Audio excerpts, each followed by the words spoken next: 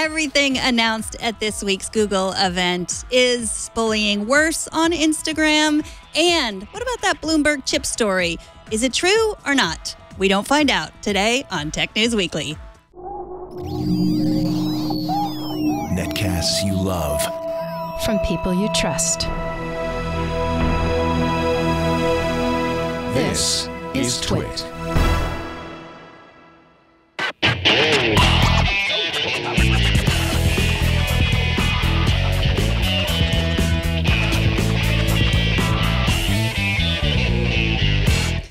This is Tech News Weekly, episode 53, recorded Thursday, October 11th, 2018.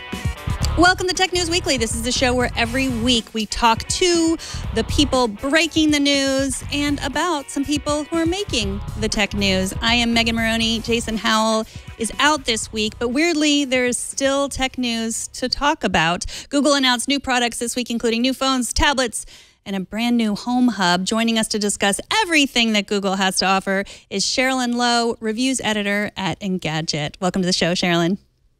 Hello. So let's start with the Pixel 3. You had a quick hands-on. What are your first thoughts?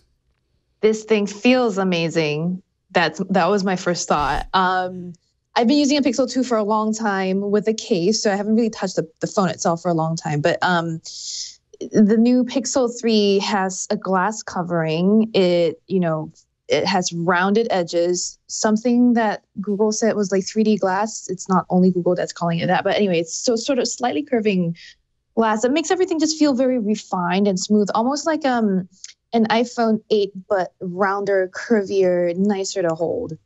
That's the first thing I noticed. But the screen also, when you look at it, is just beautiful. I don't know if we really spent enough time to tell you more deeply about that, but that is one thing I noticed. It's a huge upgrade from my Pixel 2.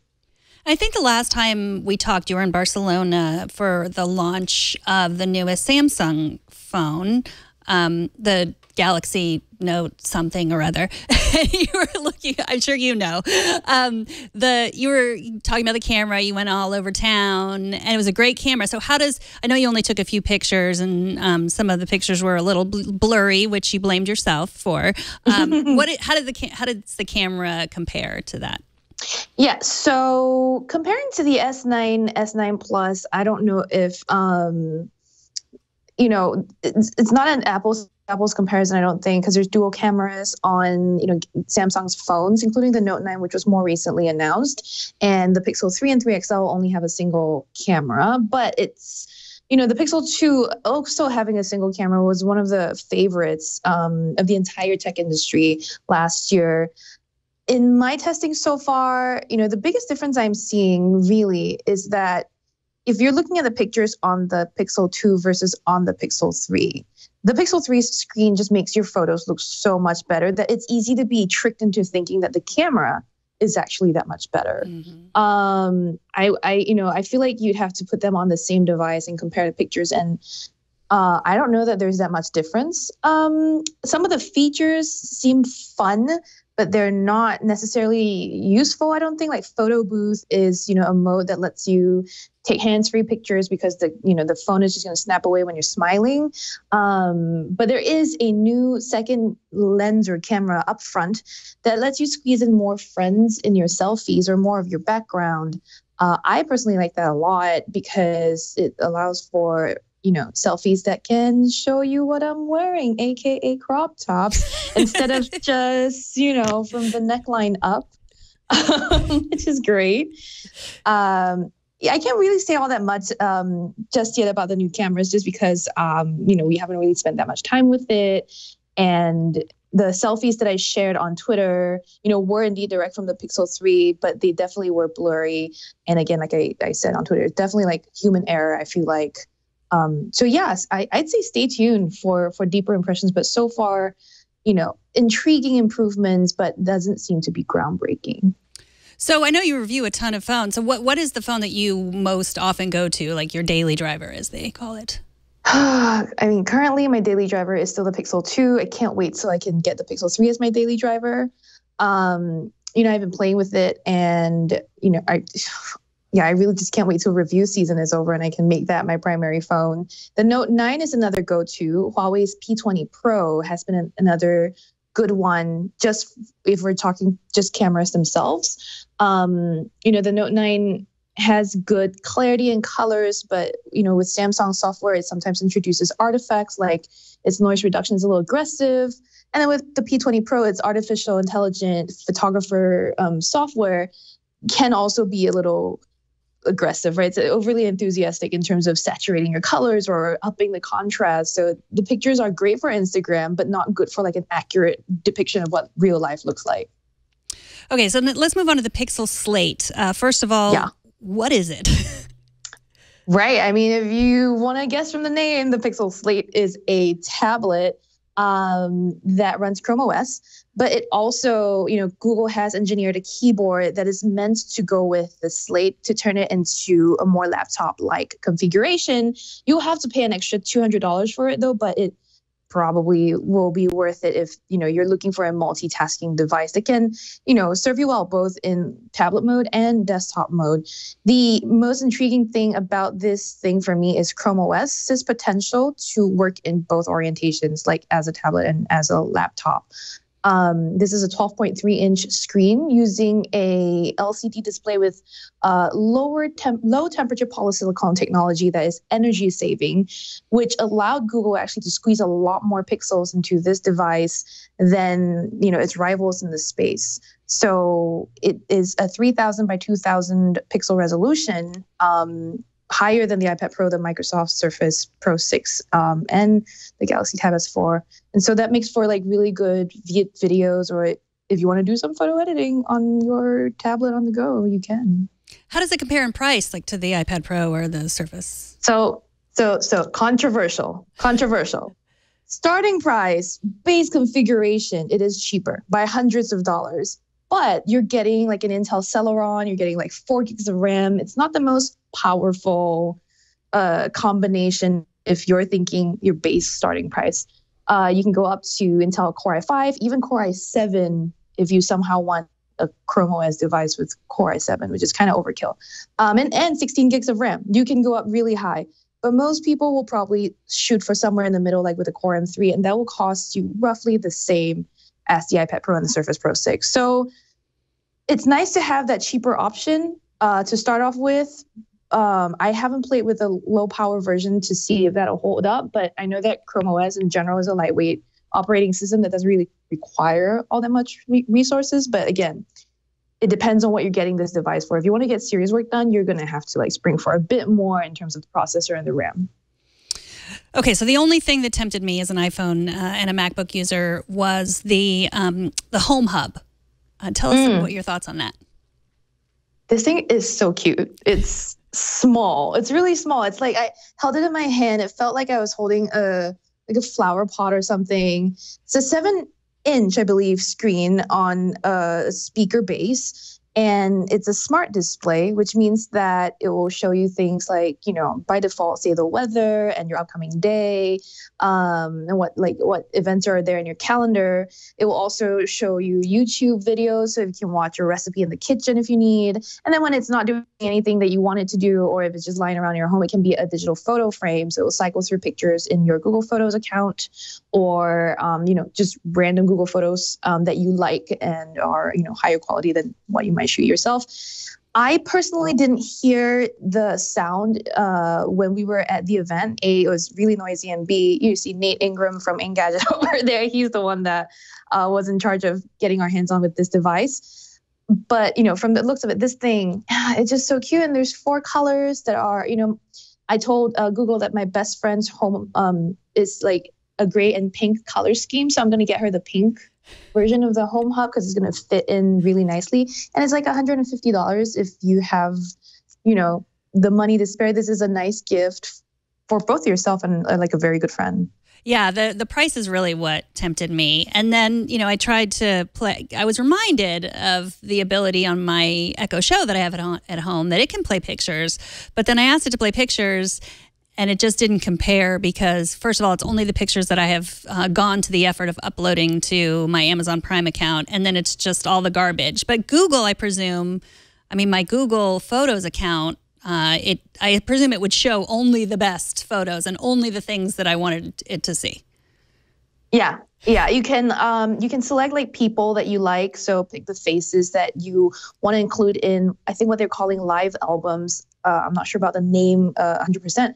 But yeah, so they'll curate albums for you based on the faces that you like. And the software is smart enough to leave out pictures that are either blurry or not pretty, I guess, and that are repetitive. So if you're like me, you take maybe like a ton of selfies a day, it'll like just pick out the ones that are not there's not a lot of change in between them. It'll just pick out the best to be in that album that you rotate through on your home hub.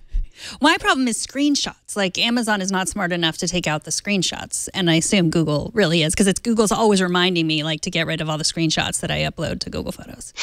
Right. I mean, assuming there aren't faces in your screenshots, it should be smart enough to do that. And Google has been very good at detecting screenshots in my phone as well. So I am assuming that it should be better at that. But again, haven't played with it. Can't tell you for real if it will work. And so what do you think of the choice of not to include a camera in the device? It's an interesting, I think a lot of people are happy that Google didn't include a camera in the device. And I think in terms of keeping costs down and the size that it is, it's a good decision. I personally prefer to have the option given to me and then have it come with like a physical switch or a physical cover so that people can feel safe by like sliding a shutter over a camera. But, overall as a business decision, I get it. It's $150 is better than stuffing a camera into a device that doesn't really need it. Right. And I think they're pushing for like, you can keep this in the bedroom and it's like a bedside table TV or, and then with a camera that can, cause all kinds of anxiety for certain people to have a camera right next to them. Right. And you don't want to put Scotch tape over such a pretty little thing, do you? So no, you do not. And did you try the Lenovo Google Home thing? I don't remember what they call Smart Display, the Lenovo Smart Display. There you go. Did you have a chance to try that? I did take a look at it at CES. We do also have our review units of that. I didn't review it, and I, again, haven't played with the Echo Show either. I don't really need screens in my home very much, but a report came out yesterday, I think from Ars Technica, that Google is using a cast-based OS for its home hub, whereas it's using an Android Things-based system for the Lenovo Smart Display and the JBL Link View. And it may, functionally, I can't tell if there's a difference, but it might. And that would be the biggest differentiator, I think.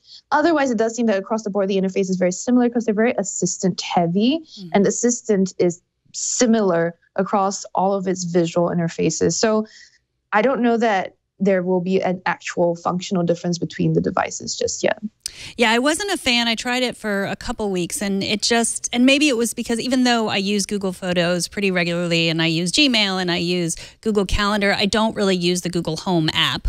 Like my smart home stuff is connected either through Amazon or through Apple's HomeKit. So maybe that was why it didn't really work. But there was a lot of things that were promised, like that you'd be able to watch HBO, and then that wasn't there yet either. So I wasn't impressed. And part of me wonders if Google really knew that they were going to be coming out with this other device, and so sort of, I don't know, created this AP. Is it an APL that allows third parties to create API or APL to create these devices?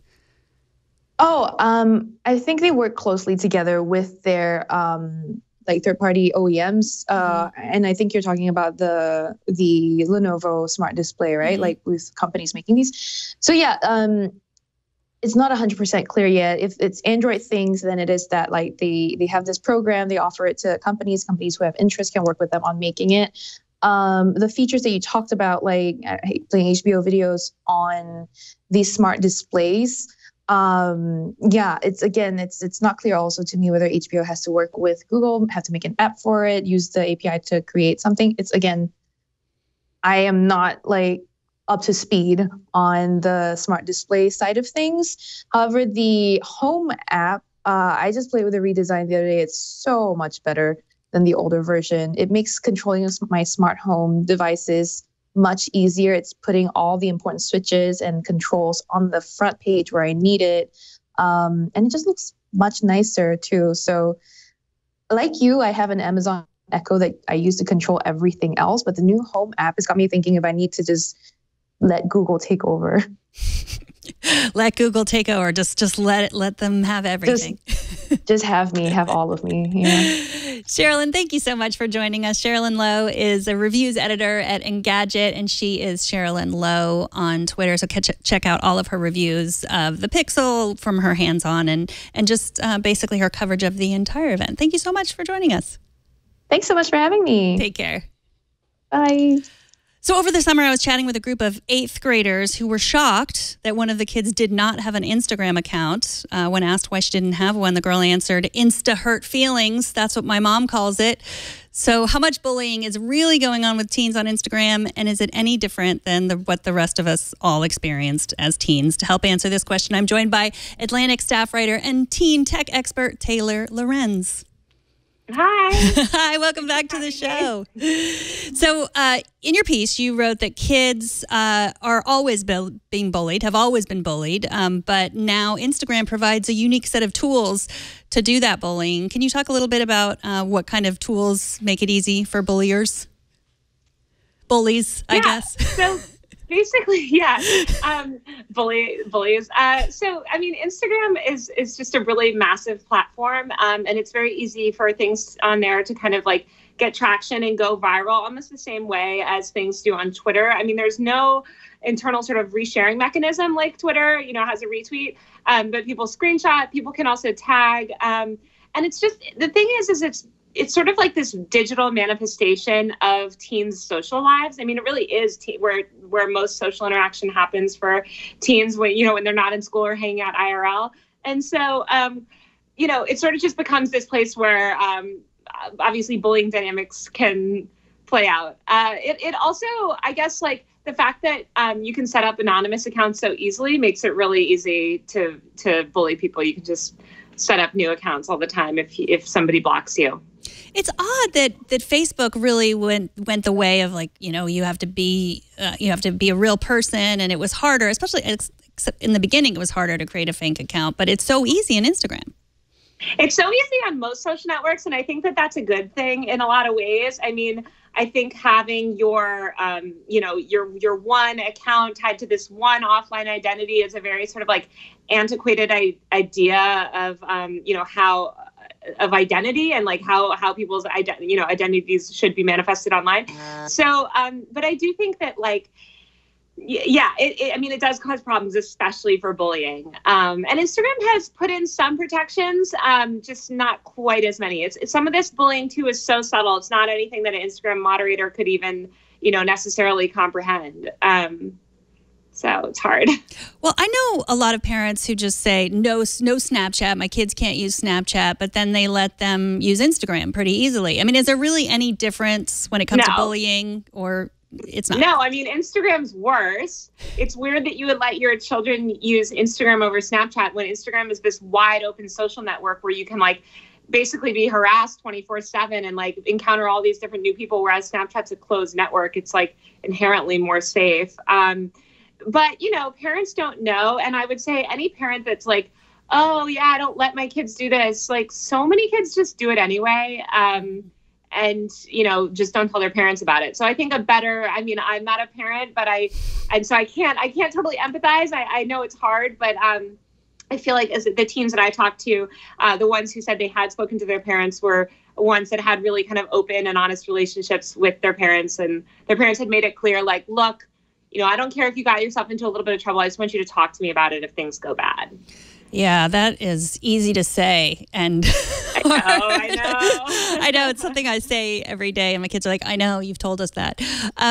But I guess the other thing about, I think maybe the parents that I'm talking to are, a lot of them started using Instagram or let their kids start to use Instagram maybe 3 or 4 years ago, before there was all the instant messaging. Or, the instant messaging is so hard to find. I know a lot of parents who don't even know that exists, that there's messaging on Instagram at all. They just think it's just pictures.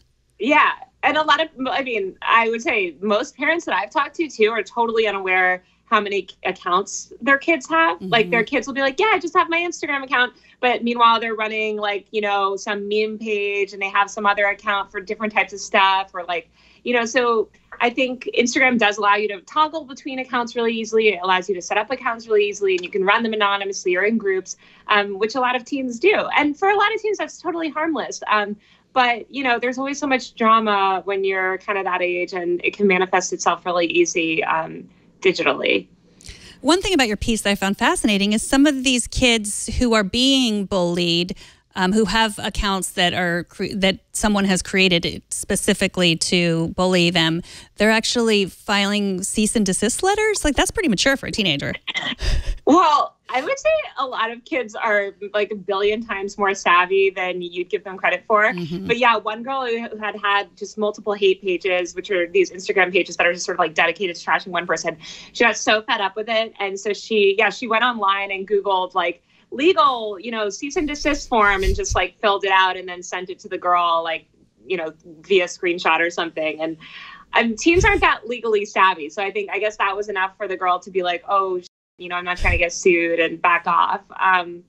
But yeah, I guess, yeah, it was pretty, I mean, I think like anyone that's being harassed, you just want it to stop. Mm-hmm. And so at some point you're going to try to do anything you can to make it stop. And I think as adults, we often think like the bullying is like, you know, we're going through our kids' Instagram feed and we don't see anyone saying like you're ugly or you're fat or anything like, oh, well, they're not being bullied. But there are all kinds of ways. Like you said, there's the other accounts. There are, you know, comments posted on other people's accounts in the comment section. And then there's other things that are more nefarious, like blocking and unblocking. Talk a little bit about that. Yeah, just having someone block you is kind of an aggressive act to begin with. That's hurtful. I mean, so much bullying does occur in the comments, but I mean, so much bullying is also concentrated in other accounts. Like there's a lot of sort of high school accounts too that are like high school gossip pages where everyone will just send in gossip about certain kids, and it'll all be sort of like published anonymously on some page.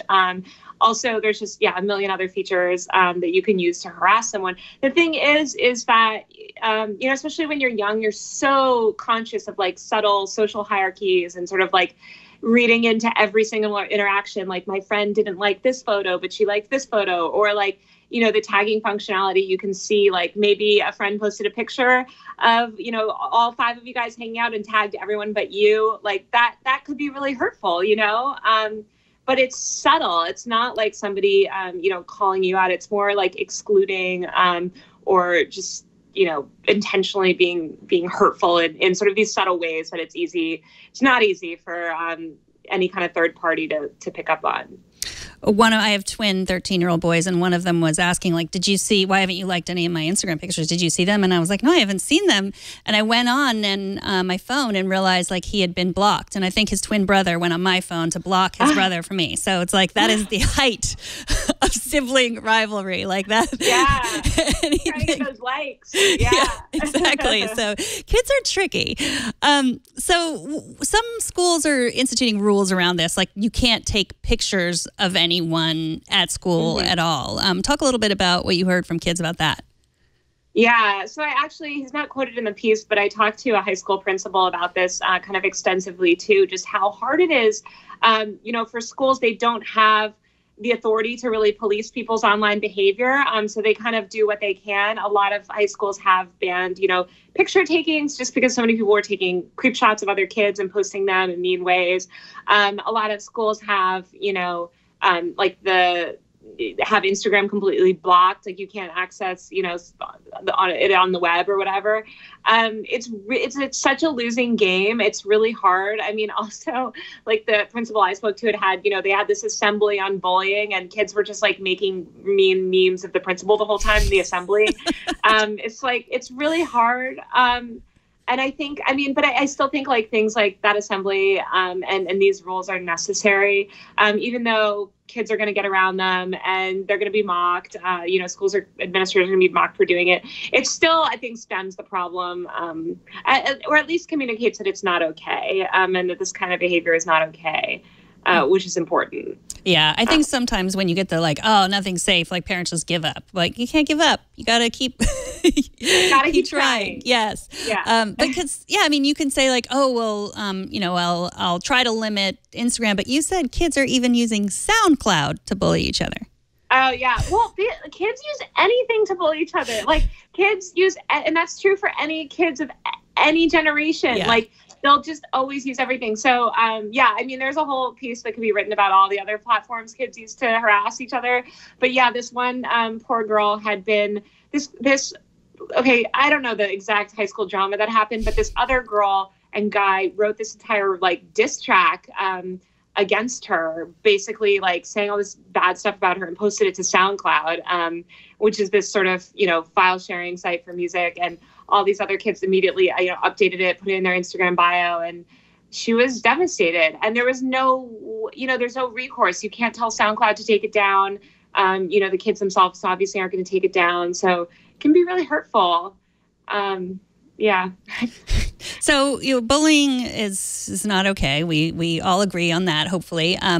And all these tools, like, is nothing safe? Is everything safe? Like, what? I mean, to some extent, adolescents, this is what they're supposed to do, right? Like, it's some sort of, like, we're trying to figure out who we are, and we're not like this person and that person. So, when you talk to teenagers, what do they most want?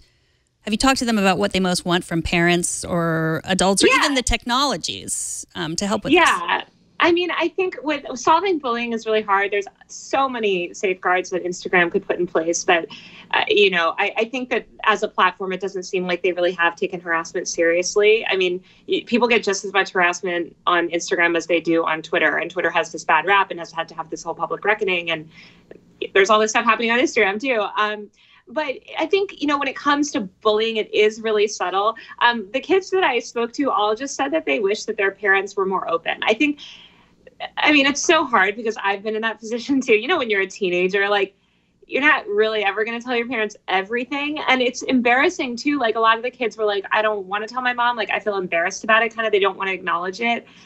Or they feel like their parents are going to make it worse or like call that person's parents.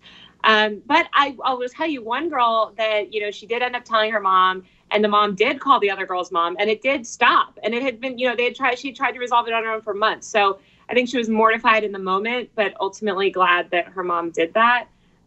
So, kids say like, oh, parents should just let us do whatever. Parents should just make it so we can trust them. But I think sometimes parents do have to step in and like mortify their kids a little bit to like resolve this.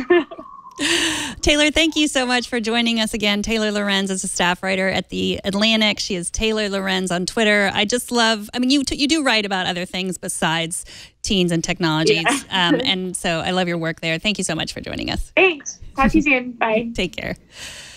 Last week, Bloomberg Businessweek reported that Chinese spies infiltrated almost 30 U.S. companies, including Amazon and Apple, through the technology supply chain. Now, Amazon and Apple strongly denied the story, but one of the sources, Yossi Applebaum, CEO of Sepio Systems, says this is an industry-wide problem.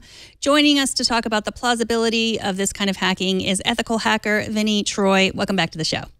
Hey, thanks for having me. So what can you tell us about how China might infect our hardware, like the Bloomberg story, at the supply chain level?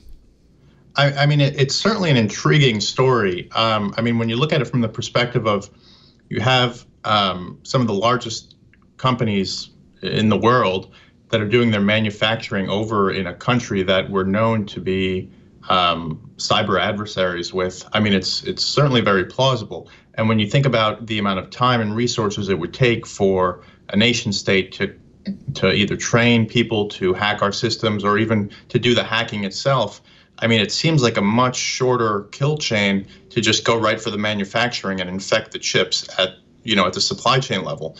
That being said, I don't know how plausible it would be. I mean, I don't know what the security around, the manufacturing is. And, it certainly sounds like a very cool spy-esque kind of story. But, again, it's hard to say how real it would be. And now, does the NSA and the CIA, do they conduct kind of these kinds of operations? Are they trying to infiltrate the supply chain around the world? Sure. So, I mean, there have been publicized stories of both the NSA and the CIA I believe maybe a couple years ago, there were a number of NSA tools that were leaked, one of which was I forget the name of it, but it was a hard drive firmware. It was a piece of malware for hard drives that lived in the firmware. So whenever the hard drives were to be wiped, the firmware would essentially reinstall itself, putting the malware back on the hard drive. And I mean, there were certainly a number of CIA tools that were released as well that were very hardware specific, that were literally embedded in the devices themselves. So I mean, this is definitely the type of stuff that's being developed not only by our nation but by other nations as well. Okay, so the NSA says this didn't happen. Apple says it didn't happen. Amazon says it didn't happen. Do you think it happened? I don't know. I mean, here's kind of how I look at it. If it did happen, and I'm not saying it did, but if it did, I can't imagine a company like Apple or Amazon suddenly saying, yep, all of our hardware has been infected, do a recall. I mean, it's just not plausible. That being said, I can't imagine that the security around, again, the supply chain of the manufacturing process isn't pretty locked down. So it would be really hard to say. I mean, something this sort of a widespread seems a little bit on the sci-fi side for me.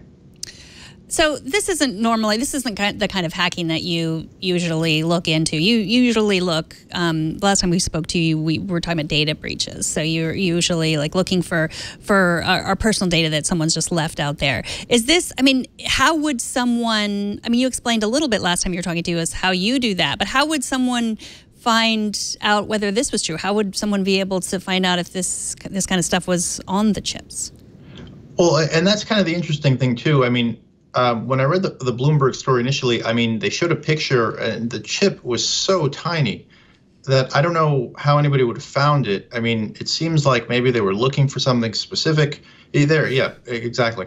So I don't know how you even begin to look for hardware or look at hardware for little chips that size and then begin to sort of reverse engineer it to see what's even on there. I mean, it just seems it seems like a long shot, to be honest with you. So do you think these anonymous sources, Bloomberg's anonymous sources, do you think they are making it up, or do you think they're just it's just a big, rumor, like an urban legend type of thing? It could be. I mean, and who knows? I mean, maybe for all we know, I mean, maybe there are parts of the story that are legitimate and the anonymous sources are suddenly saying that, maybe they found one or two instances, for example. Maybe, from that, the story kind of spiraled out to it suddenly being that all these chips were, or all these, devices were infected with these chips, where maybe it was, sort of like a onesie, twosie kind of incident. And I'm not saying that's not significant in itself. I just, unless there's more evidence around what actually happened, it'd really be hard to say. It's interesting that Bloomberg is sort of still sticking to this. I mean, they released another updated story, like a telecom story. What do you make of that story?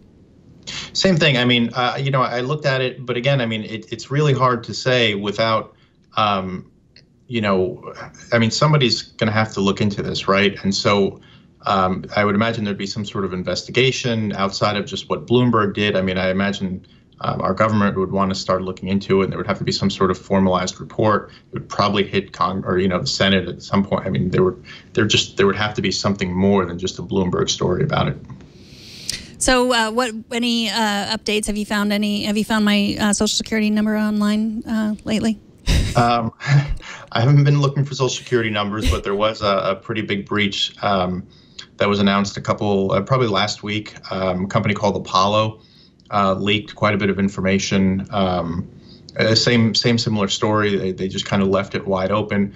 The really interesting thing with this was that not only did they leak their own information, but it turns out that they were scraping information from their customers via the Salesforce API. And so they were pulling down data that maybe they shouldn't have had. And it turns out they were leaking that as well. So some of the stuff that they had been grabbing were like the opportunity data. So like the sales, any won or lost sales for a company, they were literally just pulling it down from their customers. So you end up having quite a bit of data there when you can sort of look up the sales history for any, for pretty large companies. So it was pretty significant from that perspective. Well, Vinny, thank you so much for joining us. Vinny Troia is a security expert and founder of Night Lion Security. Thanks so much for talking to us again. Thank you very much. Take care. You too. And finally, it seems you can get anything on demand today, including grandkids. TechCrunch reports that a new startup called Papa will connect college students to senior citizens for companionship and assistance. Now, if you're a senior interested in spoiling someone rotten or just trying to correct the mistakes you might have made raising your own children, simply request a Papa Pal from the mobile app or the desktop site. The GOD, or Grandchildren on Demand service, recently graduated from the Y Combinator Seed Accelerator and raised $2.4 million. The biggest thing the startup founder, Andrew Parker, says he's trying to do with Papa is to cure loneliness. Tech News Weekly records live every Thursday at 2:30 p.m. Pacific at twit.tv/live. You can watch it while we're making it, and you can be part of the show by emailing us at tnw@twit.tv. You can also come watch us. Just email tickets at twit.tv.